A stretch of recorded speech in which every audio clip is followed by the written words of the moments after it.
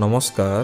আজি আমি আলোচনা কৰিবলৈ ওলাইছোঁ চতুৰ্থ শ্ৰেণীৰ অংকুৰণৰ পাঠ 14 গছে যদি খোজ কাঢ়ে তাৰ প্ৰশ্ন উত্তৰ। পাঠভিত্তিক ক্ৰিয়া উত্তৰ দিয়া।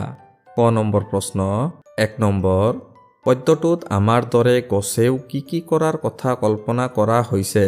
উত্তৰ পদ্যটোত আমাৰ দৰে গছেও কথা কোৱা, ফল আনি ঘৰে ঘৰে দিয়া, আমাৰ লগত যোৱাৰ কথা কল্পনা কৰা হৈছে। 2 নম্বৰ গছে যদি খোজ কাঢ়ে তোমাৰ কেনে লাগিব? উত্তৰ গছে যদি খোজ কাঢ়ে মোৰ ভাল লাগিব। 3 নম্বৰ আমাৰ মৰম চেনেহবোৰ গছে কিহত বান্ধি নিব? উত্তৰ আমাৰ মৰম চেনেহবোৰ গছে পাতত বান্ধি নিব।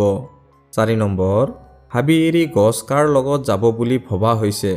উত্তৰ হাবি এৰি গছে আমাৰ লগত যাব বুলি কৈছে। 5 নম্বৰ আমাৰ লগৰীয়া কোন হ'ব বুলি কোৱা হৈছে?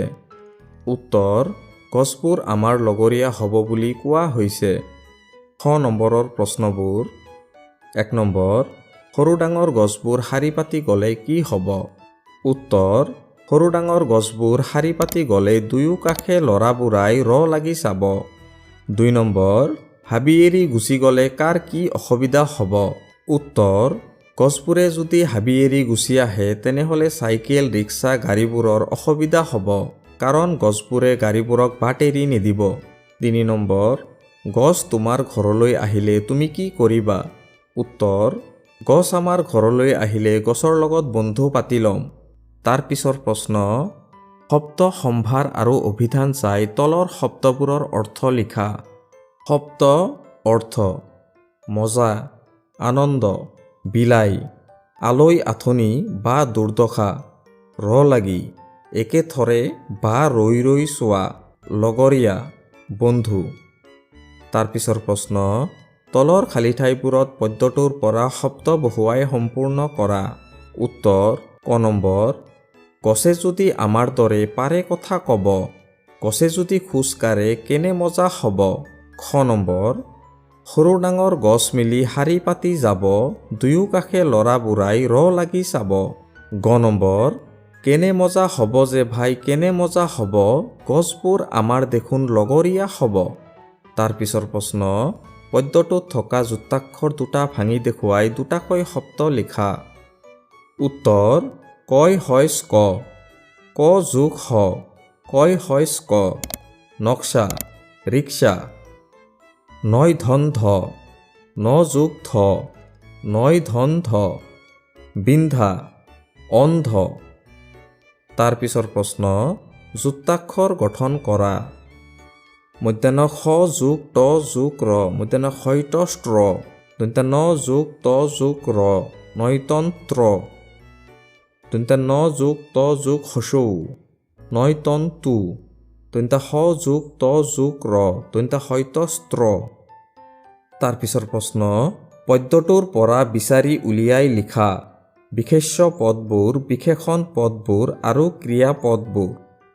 ক নম্বৰ বিশেষ্য পদবোৰ যেনে গছ, ঘৰ, ফল, পাত, হাবি, চাইকেল, ৰিক্সা, গাড়ী, ল'ৰা বুঢ়া।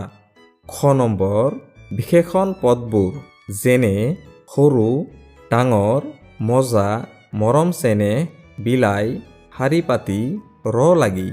গ নম্বৰ ক্ৰিয়া পদবোৰ যেনে কাঢ়ে, ক'ব, আনে, নিয়ে, যায়, যাব, হ'ব। তাৰ পিছৰ প্ৰশ্ন তলৰ শব্দবোৰেৰে একোটাকৈ বাক্য লিখা। উত্তৰ মজা, আম খাই মজা লাগে, মৰম চেনেহ, ভাই ভনীৰ মাজত মৰম চেনেহ থাকিব লাগে, বিলাই, বাপেকৰ মৃত্যুৰ পাছত ল'ৰাজনৰ বিলাই নোহোৱা হ'ল, লগৰীয়া, ৰহিমে লগৰীয়াসকলৰ লগত ফুটবল খেলিছে।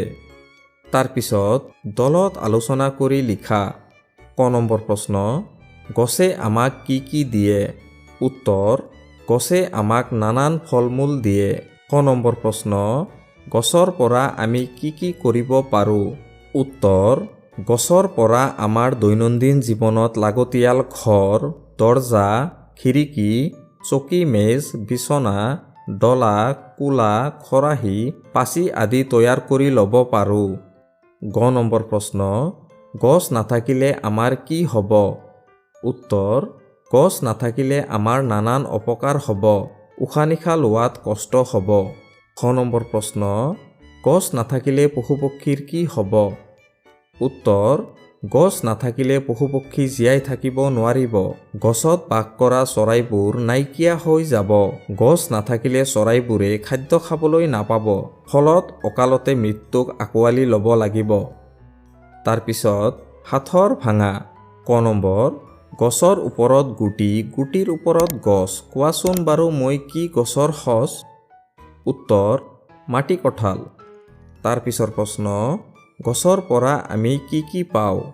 উত্তৰ, গছৰ পৰা আমি ফল, খৰি, চাহ, শাক-পাচলি, ঔষধ, কাগজ, কাঠৰ আচবাব আদি পাওঁ।